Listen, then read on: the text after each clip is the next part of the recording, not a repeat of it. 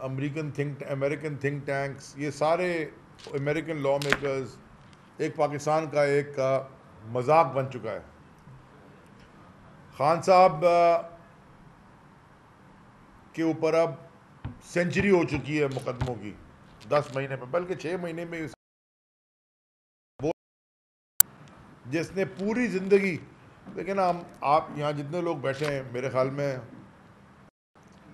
1972 से 71 से खान साहब पब्लिक लाइफ में है और हमेशा उन्होंने पाकिस्तान का नाम हमेशा रोशन किया है। जिस मैदान में भी हों, हमेशा हम हमारा सर फ़ख्र से बुलंद किया है कि पाकिस्तान से ने एक ऐसा बेटा पैदा किया, इमरान खान जैसा, चाहे वो स्पोर्ट्स के मैदान में हो, क्रिकेट के, चाहे फिलांथ्रफी में हो या सियासत में हो। जो उस शख्स के साथ ये तमाशा किया, ये पीडीएम की, चोरों की, डाकुओं की हुकूमत ने, इतना पाकिस्तान को एक्सपोज, उन्होंने इतना पाकिस्तान को डैमेज किया है कि पाकिस्तान मुमलिकत खुदादाद एक ऐसे बेटे के अपने साथ जो हमेशा पाकिस्तान का नाम दुनिया में रोशन करता है, ये सलूक करेगी। इंतशार की सियासत हमने कभी नहीं की। जो वहाँ हुआ वो इंतशार फैलाना चाहते हैं हुकूमत वक्त। वो इसलिए इंतशार फैलाना चाहते हैं क्योंकि वो इलेक्शंस से भागना चाहते हैं। हम इलेक्शंस चाहते हैं। जब हम इलेक्शन चाहते हैं तो हम इंतशार क्यों चाहेंगे? हम तो फ्री एंड फेयर इलेक्शन चाहते हैं। वो पूरी अपनी कैंपेन करें इलेक्शन की, और हम भी पूरी अपनी कैंपेन करें इलेक्शन की। और अब तो सुप्रीम कोर्ट का भी फैसला आ चुका है, तो हम इंतशार नहीं चाहते। इंतशार वो चाहते हैं जो इलेक्शन डिले कराना चाहते हैं। और अफसोस से मुझे कहना पड़ता है, अफसोस से मुझे कहना पड़ता है कि उन्होंने रियासत के इदारों को इस्तेमाल किया दहशत गर्दी करने के लिए निहत्थे लोगों पे। इसे कहते हैं रियासती दहशत गर्दी। इस्लामाबाद में आपने देखा, मैं वहाँ था, मैं आपको आंखों देखा हाल बता रहा हूँ। वो खान साहब को ट्रैप करके पूरा प्लान था कि खुदा ना खास्ता अरेस्ट तो बाद में हो, कोई हंगामा रही में खान साहब की जान ना चली जाए। ये एक पूरा प्लान था इनका, जिसको खान साहब अपनी प्रेस कॉन्फ्रेंस में सारी कौम के सामने रख चुके हैं। जो मैं आपसे बड़ी इंपॉर्टेंट बात करना चाहता हूं, जिसके लिए मैंने रात को लैंड करती 3 बजे ही हमने कहा कि ये प्रेस कॉन्फ्रेंस का ऐलान किया। देखें, बहुत क्रेडिबल सोर्सेस से अब कुछ इत्तलात आ रही हैं, और वो इत्तलात ये हैं कि क्योंकि ये अब हर फील्ड में फेल हो गए, यानी कि हर मुकाबले में खान साहब कल बगैर अपने सपोर्टर्स के, बगैर किसी को इन्फॉर्म किए कोर्ट चले गए। वहाँ लोग खुद ही जमा हो गए तो हो गए। वो भी इनका हो गया कि जी कोर्टों से। वो एक शख्स की गोलियां लगी हुई थी, जिसने गोलियां मारी वो वीडियो पे अपने बयानात रिकॉर्ड करा रहा है। जिसको लगी, जो कि एक्स प्राइम मिनिस्टर, बल्कि इंशाल्लाह नेक्स्ट प्राइम मिनिस्टर, उनको अदालत में जाना पड़ता है। वो गए, कल वो चले गए, 3 मुकदमात उन्होंने जाके खुद ही वहाँ पेश हुए। और वो जो इमेज आई है कि कोर्ट के 4 दीवारी के अंदर, बल्कि बिल्डिंग के अंदर भी चारों तरफ से उनको बुलेट प्रूफ शील्ड से बचाना पड़ा। वो पाकिस्तान, वो दुनिया देख रही है, और बड़े लोगों ने, दुनिया के जो ओपिनियन मेकर्स हैं, उन्होंने उसके ऊपर बड़ी तशवीश का इजहार किया है कि एक इतना वेल नोन, ग्लोबली दुनिया में जाना पहचाना शख्स, कोर्ट के अंदर भी उसको इतनी शील्ड की प्रोटेक्शन चाहिए, बुलेट प्रूफ शील्ड, अपने सर को, मुंह को और सारे इंपॉर्टेंट हिस्सों को बचाने के लिए। तो ये मुल्क में हुकूमत नाम की कोई चीज़ नहीं है। ये जो सबसे बदतरीन किस्म थी डिक्टेटरशिप की, उससे भी गिर चुके हैं। जो एक हमें क्रेडिबल सोर्सेज से एक बड़ा ख़तरनाक प्लान जो अनफोल्ड हो रहा है, वो ये हो रहा है कि ये कोई मॉडल टाउन के तर्ज पे खुदा ना खास्ता कोई एडवेंचरिज्म करना चाहते हैं। घर में तो वो घुस गए थे, चादर चार दीवारी का उन्होंने कोई लिहाज नहीं रखा, और वो उस वक्त घुसे जब खान साहब घर में नहीं थे। हम सब उस वक्त इस्लामाबाद के रास्ते में थे, हम इधर निकले हैं, मोटरवे पे चढ़े हैं, पीछे से हमें खबर आ गई कि जी ये पूरा ऑपरेशन उन्होंने घर में कर दिया। क्रेन ला के गेट तोड़ दिया, टीयर गैस कर दी, घर के मुलाजमीन को उठा के ले गए, फिर उनको गार्डन में बिठा के एक पर्देदार खातून शीशे के पीछे उनको खूब उनकी यानी कि उनको पिटाई लगाई उनकी, वो बेचारे तकलीफ़ में चीखते रहे। ये जो मेंटल टॉर्चर और फिज़िकल टॉर्चर कर रहे हैं, हम फिर भी पुरअमन रहे हैं, हम पुरअमन रहेंगे, हम एक पुरअमन जमात हैं।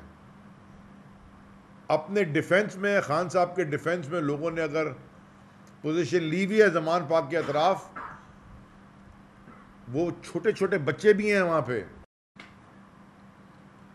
10-10 साल के छोटे छोटे बच्चे, बल्कि मैं तो उससे भी छोटे गोद लेवा बच्चे भी लोग अपनी लेके आए हुए हैं कि जी हम खान साहब को डिफेंड करेंगे। ये आपको दहशतगर्द नज़र आ रहे हैं? ख़वातीन हैं, बुजुर्ग लोग हैं, यानी कि उम्र रसीदा ख़वातीन भी वहाँ बैठी हैं, 70, 75, 80 साल की भी वहाँ बैठी हैं, दुआएं कर रही हैं, और पुलिस वालों को कह रही क्या कर रहे हो तुम लोग ये।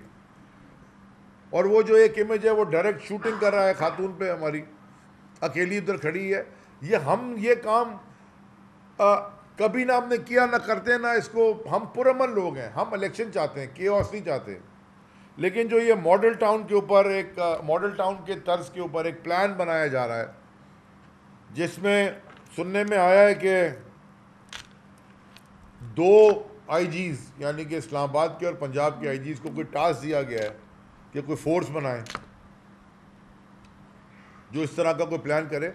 आप भूल ना जाएं कि उस वक्त भी ये मूंछों वाला सनाउल्ला इक़्तिदार की कुर्सी में बैठा था पंजाब पे, यही वाली, आज वो फेडरल में बैठा हुआ है, उसके ऊपर FIR हैं इसके ऊपर, बल्कि आज उसके ऊपर एक नॉन बेलेबल भी है, मतलब पिछले हफ्ते 8 दिन से कोई नहीं पूछ रहा उसको,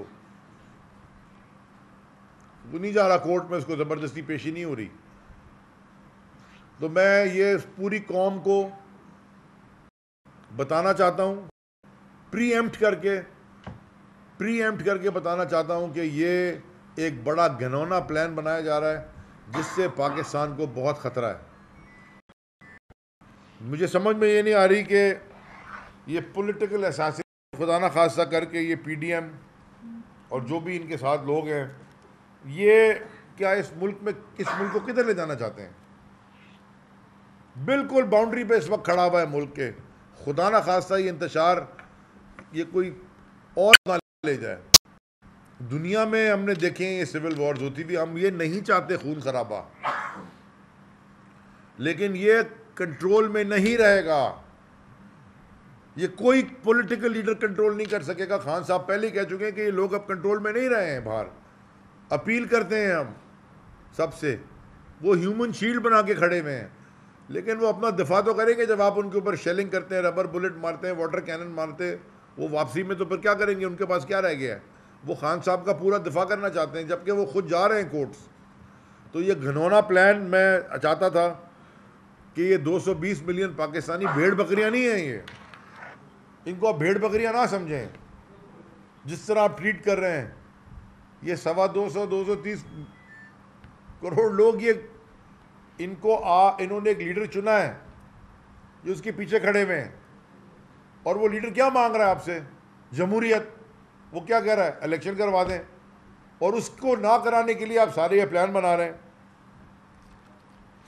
मैं इसमें वो कहते हैं ना, you can kill an idea, you can kill a man but you can not kill an idea. अंग्रेजी में कहते हैं कि आप खुदा ना खास्ता किसी को मार सकते हो, लेकिन आइडिया जिंदा रहता है। ये अब फैल गया है, लोगों के खून में चला गया ये आज़ादी का आइडिया, हकीकी आज़ादी का, गुलामी की जंजीरें तोड़ने वाला। दूसरी चीज़ जो मैं बात करना चाहता हूँ वो इसाक डार के उस बयान की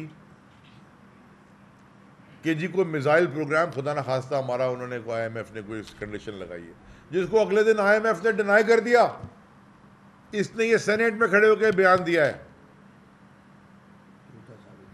और खुद ही फिर घूम रहा है। लेकिन ये कहते हैं ना, there is smoke there is fire, जहाँ कहीं धुआं है कहीं आग तो ज़रूर है। तो ये घनौना प्लान, इसके लिए कोई पाकिस्तानी तैयार नहीं होगा डिफेंस को कॉम्प्रोमाइज करने के लिए। ये बात क्यों गई और उसकी पे डिनाइल आई। इशू आया किधर से है कि IMF अब का प्रोग्राम भी अब आपको नहीं मिलने लगा। लग तो ये रहा है इस वक्त जो हालात हैं उनकी भी कंडीशंस हैं। तो ये इसके ऊपर पाकिस्तानियों, ये मैं आपको बताना चाहता हूं कि ये जो आज आपकी हुकूमत है, जो काबिज हुकूमत है, इनका पाकिस्तान में ना पैसा है, ना पाकिस्तान में इनकी औलादें हैं, ना पाकिस्तान से कोई इनका इंटरेस्ट है। ये सिर्फ आए थे अपने केसेस माफ़ करवाने, हुकूमत जितनी लंबी कर सकें और पाकिस्तान को लूट सकें इसलिए। लेकिन मैं आज ये कहने पे मजबूर हूँ कि इस बयान के बाद और जो हरकतें ये पिछले 10 महीने से करते हैं और पिछले 10 दिन में ख़ास तौर पे जो करते आए हैं, मैं पाकिस्तान के सारे इदारों से सबको समझ आ रही है मैं क्या कह रहा हूँ, मैं सारे इदारों को ये बताना चाहता हूँ, एडवाइस भी करना चाहता हूँ, बताना भी चाहता हूँ कि ये हुकूमत वक्त पाकिस्तान के लिए एक सिक्योरिटी रिस्क बन चुकी है। ये एक सिक्योरिटी रिस्क है हमारे मुल्क के लिए। हम तीन तरफ से, तो एक तरफ समंदर है, बाकी तो हम दोनों तरफ से तो घिरे हुए हैं। अफगानिस्तान की हुकूमत में भी आपको वहां से भी एक इशू है, हिंदुस्तान का तो इशू है ही है। इंटरनल आपने और एक तमाशा खड़ा किया हुआ है इस PDM ने। ये एक सिक्योरिटी रिस्क है ये हुकूमत, और ये पाकिस्तान को वहां ले आई है जहां से वापसी का रास्ता बड़ा मुश्किल है। कायदे आज़म ने बड़ा क्लियर स्टेटमेंट दिया हुआ है कि आपने कोई भी इलीगल किसी भी हुकूमत का ऑर्डर फॉलो नहीं करना। जिन्ना साहब का स्टेटमेंट है। और वो एक और कहावत है अंग्रेजी में कि loyalty to the country always, यानी कि मुल्क के साथ वफादारी हमेशा, loyalty to the government only when they are right. हुकूमत के साथ वफादारी सिर्फ उस वक्त जब तक वो राय रास्त में हो।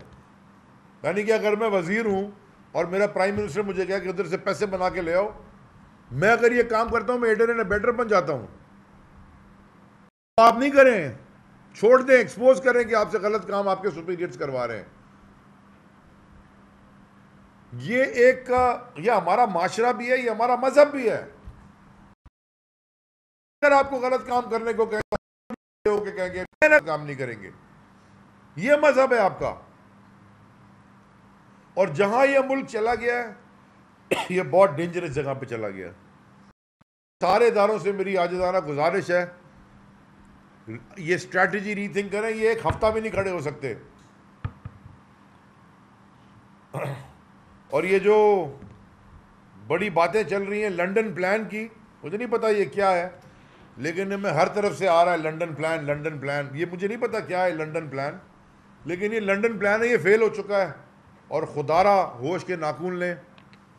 कानून के मुताबिक, आइन के मुताबिक, सुप्रीम कोर्ट के डिसीजन के मुताबिक करें, इलेक्शन की डेट अनाउंस, हालात को ठंडा करें, हर तरफ सबको कहें जाओ इलेक्शन कैंपेन में लगो। 245 बड़ा क्लियर है कॉन्स्टिट्यूशन का, आइन का, कि इदारों को अगर कमीशन कहेगा उनको कमीशन मदद करना होगा। इलेक्शन कमीशन ने दरख्वास्त दी है रेंजर्स की अफवाज माजरत, गैस के बाद अस्थमा के पेशेंट को ही होता है,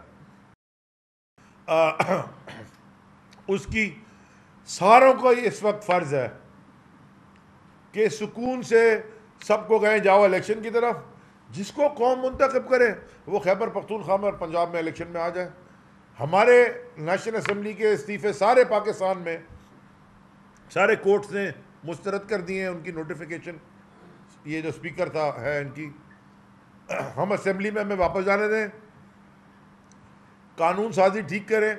जो आखिरी बात में करना, जो आज एक घनौना प्लान है, अहमकाना ज़्यादा बेहतर वर्ड है, कि शायद ये सुनने में आ रहा है कि जी ये रेजोल्यूशन को ला रहे हैं तहरीक इंसाफ के ख़िलाफ़ और इलेक्शन डिले करने के लिए असेंबली से। कोई कानूनी आईनी हैसियत नहीं होगी। बुला लें, उसके लिए भी नंबर्स पूरे आपको करने होते हैं। आपके पास नंबर्स नहीं है तो उसकी कोई आईनी और कानूनी हैसियत नहीं है रेजोल्यूशन की। तो होश के नाखून लें, मरियम सफदर की बातों में आना छोड़ दें और जो आईन पाकिस्तान है और जो कानून है उसको सुनें। शुक्रिया। हाँ, मैं आखिर में एक बात ज़रूर करना चाहूँगा। देखिए, हमारे 2 MPs अरेस्टेड हैं, अरसलान ताज गुम्मन और शाहनवाज जदून साहब। ये 2 मैंने हमारे MPs फिरदौस भाई और बिलाल गफ़ार साहब से मैंने, और पीछे बाज जाफरी से, और सुबह भी ATC में हमारी बेल थी, हम वहाँ गए थे, वहाँ और भी MPs आए थे। स्पीकर से तो किसी ने नहीं पूछा था उनको अरेस्ट करने से पहले। जब आप एक सिटिंग MPA को या MNA को अरेस्ट करते हैं, आपको स्पीकर से रिटन इन्फॉर्म करना पड़ता है इन राइटिंग। यानी कि कोई इस मुल्क में कानून है, इस मुल्क में कोई कॉन्स्टिट्यूशन है, इस या सिर्फ डंडा जिसका बड़ा है वो अपना कानून चला रहा है। तो मैं शदीद अल्फाज में मुज़म्मत करता हूँ। मेरी दुआ है कि उनको अब उनकी बेल्स भी हो जाएं। लेकिन ये आप कितने लोगों को अरेस्ट करेंगे, कितना पुश करेंगे? ये उधर आप, मैंने जैसे पहले कहा, उस तरफ ना ले जाएं कि ये पूरे पाकिस्तान में इंतशार फैले और ये किसी के काबू में ना हो। जी सर।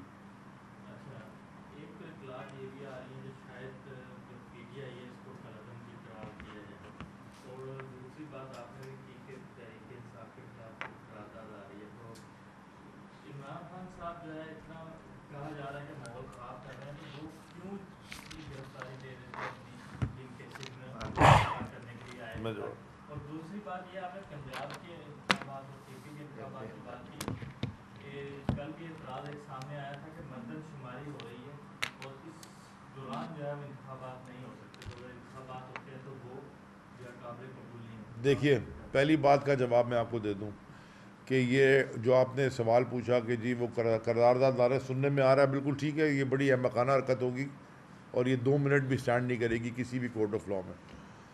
दूसरी बात आपने की, अरेस्ट क्यों नहीं दे देते? अच्छा, नवाज शरीफ भाग गया, 50 रुपये पे अरेस्ट दिए। मुझे पता है अरशद शरीफ ने अरेस्ट क्यों नहीं दी, वो क्यों मुल्क छोड़ के गए थे? साबिर शाकिर क्यों बाहर बैठे हैं? सारे जो हमारे सहाफ़ी हजरात हैं, शदीद अल्फाज में मैं मज़म्मत करता हूँ, सिद्दीक जान के अरेस्ट की और बाकी जो सहाफ़ी जिनको अरेस्ट तो किया ही नहीं है, अबडक्ट किया है। सादे कपड़ों में लोग आते हैं, ना कोई वारंट, ना कोई गाड़ी में डाल के ले आते हैं, ये अगवा है। अभी अगवा बड़ा तावान नहीं है, लेकिन अगवा बड़ा प्रेशर है। तो अगवा ही होता है। उसने कहा था ना, डिग्री तो डिग्री होती है, लेकिन अगवा तो अगवा है भाई। सादे कपड़ों में उठा के गाड़ी में डाल के ले गए। तो ये, और वो क्यों ले गए? वो छत से उसने दिखा दिया, छत पे खड़े होके, कि क्या कर रहे हैं, पत्थर मार रहे हैं पुलिस वाले। तो ये अगर इस तरह का, और खान साहब अरेस्ट क्यों देते? केस का फेस कर रहे हैं ना, बेलें हैं उसके ऊपर हुई भी। जो उनके घर पे अटैक हुआ वो बगैर वारंट के इलीगल था, बेल है उनके पास, प्रोटेक्टिव हर केस में। जबरदस्ती अरेस्ट देते हैं और जाके उनकी जिंदगी को खतरा है, ये उनको उनकी जिंदगी को नुकसान पहुंचाना चाहते हैं, क्यों देते हैं अरेस्ट? कोई जुर्म किया है क्या?